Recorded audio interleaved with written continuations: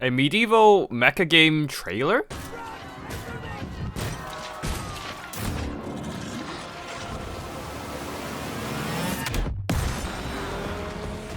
This is it. This is all my Power Fantasies in one game.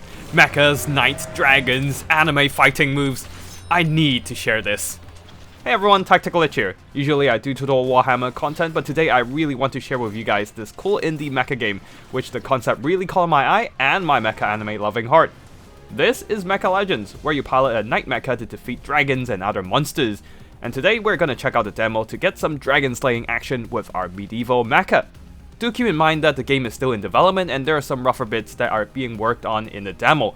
Though I still want to share the game with you guys because I think it definitely deserves more attention from everyone. The game begins with us players already inside the knight mechas, all ready to sally out of the castle and defeat the dragon invasion.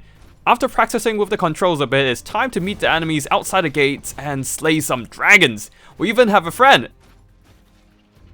Well, never mind. Guess we're fighting this on our own. One thing that immediately hits you after the game begins is how weighty the mechas feel. Before this, the only mecha games I usually play were mostly Japanese-styled ones like Armored Core and titles from the Gundam franchise, which were more focused on quick aerial movement and jet boosts. But this feels heavy. You can really feel the weight of the mecha knight as you crash your way through the poor peasants' houses and slash their bedrooms to bits. And that is especially the case when you encounter your first enemies, with each strike from your knight mecha met with a heavy impact feedback. Though I would say a pet peeve of mine is the blood might be a bit over the top. Kinda remind me of Total War's Blood Pack. After finishing the first wave of enemies, I pushed on to clear out the rest of the dragons in the city, but as you can see here, this is a perfect example of why you shouldn't have mechas running around in the city. Sorry peasants, these are acceptable losses. Other than the attacks, the dodging also felt very well done. It is nimble enough to smoothly dodge enemy attacks consecutively, but not fast to a point that the mecha feels weightless. Even in the middle of an attack animation, you can still cancel that and dodge aside. After that, I ran through the city and, as expected, ruining more peasant houses on my way, running into more small dragons, this time using my newly learned special move to spin them to death. Also, this game has parry and block, so it's not always just attacking and dodging. And we finally arrive at the last area in this tutorial level, where we need to collapse the gates and block the dragons from coming in. The dragons are now bigger, tougher, and they hit harder. So blindly swinging my swords is no longer a viable tactic.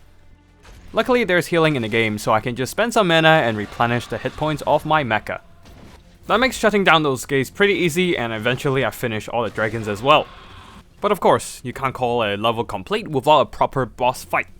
An even bigger and meaner dragon, the mother of all dragons, also known as Yo Mama, even knows how to use range attack with the dragon's breath, but luckily we have a new tool up our sleeve, the Super Charge Attack, a special move that gives you a cool animation and does big damage when it hits. You build up charges by striking enemies with your melee attacks and then release steam, which then will be converted into actual charge for the Super Charge Attack ability. Not sure what all these gauges at the bottom left are called outside of health. As you can see, the UI is still pretty rudimentary as the game is still in development. But to be honest, I'm already enjoying the gameplay a lot. After all, it's mechas versus dragon and it's hard to say no to that. Now back to the boss fight itself, it's not that difficult as it is mostly the same as the smaller dragons, similar movesets, just that the hurt box is a lot bigger because, well, the dragon is a lot bigger this time. But finally I charged up enough for another super charge attack, and that was enough damage to send the mother of dragons running, or flying to be more exact.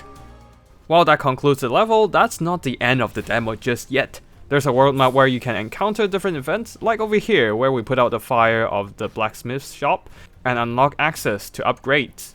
Of course they won't work for free, so we do have to pay resources to get our armor repaired, to upgrade our health and damage, and at the same time it's possible to customize our mecha's movesets. This gives more flexibility to the playstyle of your mecha, and hopefully the devs will be expanding on it in the future. Now back to roaming the world map, we're going after our objectives and this time running into some wild dragons and starting a new combat event. This time we are heavily outnumbered, 5 dragons versus 1, and that's just the first wave. Good news is, we've learned a new power, magic attacks. Seems to give my attacks an AoE lightning power that stuns enemies, making them sitting ducks in front of my consecutive hack and slash. Plus all that fighting helped me charge up another ult, so that makes things a lot easier, slaying multiple dragons in one hit. And after that I quickly went back to the blacksmith's workshop, spending the resources I earned to upgrade my mecha and head out to kill more dragons. This time we're fighting around a lumber mill and seems like the dragons have evolved. They've learned how to spit out long range fireballs now, so I have to be more careful with my dodges and attacks. Unfortunately, it is very easy to get lost in all that action, blood and carnage, so I did eat a few fireballs in the face, taking quite a bit of damage.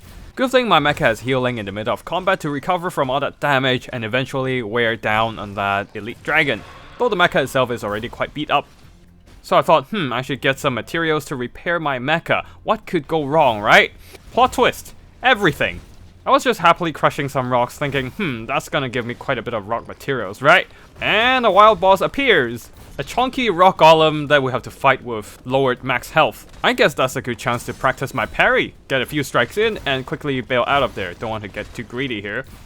The regular attacks of this boss aren't too bad. Slow, heavy, readable, short range, easy to dodge. And once he's done with his wombo combo, I had a pretty good window to get close and get some good hits in. The problem is his rolling attack. Even if I have my blocking stance up, I still get knocked around and have my maximum health reduced. The hurtbox on that rolling stone being quite finicky also doesn't help. You can see I'm quite far away from the actual stone, but I'm still getting knocked over, with the camera rolling all over the place as well. I do have to say though, this rock golem does have some pretty cool animation. Look at him all ready for some rock boxing. Pretty sure that's Henry Cavill's arm reload in Mission Impossible. It can even strike at the rocks around the field to hit me. That I was quite surprised. Finally, I charged up enough for a pretty good special charge attack, but the rock golem said no. Bitch slapped me out of my special move animation, and honestly, that was quite rude. I even had the whole camera thing set up and ready to go, but in the end, the charge was wasted. Though to be honest, I think that's only fair. After all, ults should always carry some risk with them. Just like fighting games. You use up your energy regardless if your ult actually lands. Oh wow, that was a far knockback. In the end, the rock golem isn't a difficult boss, and after giving him a few more rounds of beating, I managed to reduce him back to a pile of rubble with my combos. Though my mecha is quite battered at this point. So I quickly went back to the blacksmith's workshop, get my armor repaired and my health and damage upgraded, and we're once again good to go. First thing is to have a sparring match with another mecha and get familiar with our upgraded knight. And this mission definitely feels like the devs do have more mecha versus mecha action in mind for the future. And after that we're down to the final mission of the demo. One last boss fight, the biggest and baddest of dragons so far. The models looks pretty much the same as the other dragons, but the movesets are slightly different. Despite its size, the boss has a lot of movement in its attacks, so I got hit quite a few times, not prepared to deal with such a mobile boss. Thankfully, I still have the power of mecha, magic, and anime moves on my side. After a while, I finally charge up another ult, but this time seems like the target is a little bit too big and the camera clipped through. Which is fine, we still get the damage done and that's all that matters. I do have to say, this game has a very forgiving parry window, so if you see some things coming, there's a good chance you can actually parry it. And seems like you can parry any melee attack as well. In the end, the boss got stunned by a magical attack, knocked over, and my mecha will be delivering that killing blow. I didn't charge up for a proper ult, so the jump attack will have to do. With this final dragon slain, that concludes the entirety of the demo, bringing us to the ending screen.